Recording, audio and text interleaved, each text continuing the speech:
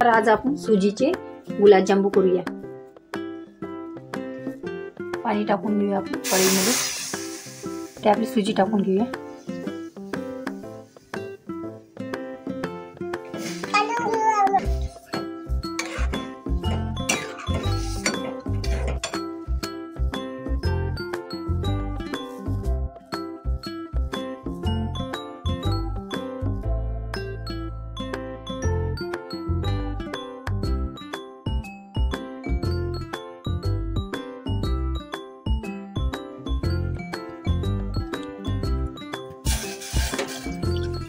साखरेचा पाक करूया आपण।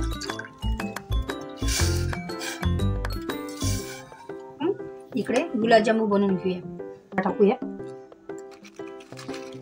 ग्रीन कलर टाकत आहे, मी पावडर टाकत आहे।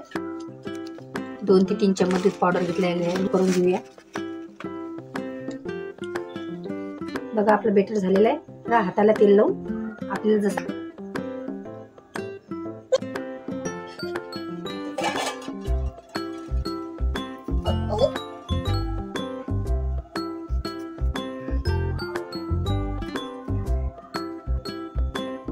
बघा आपले गुलाबजामुन करून झालेले आहे। आता तळून घेऊया आपण। हे बघा तयार झालेला आहे, काढून घेऊया। तेल टाकून घेऊया। आता आपले गुलाबजामुन टाकून घेऊया याच्यामध्ये।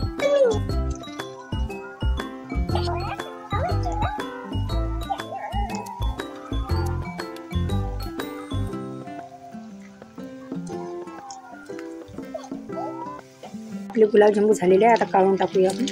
काढून घेऊया आपण याच्यामध्ये, काढून घेऊया आपण। याची पावडर टाकूया।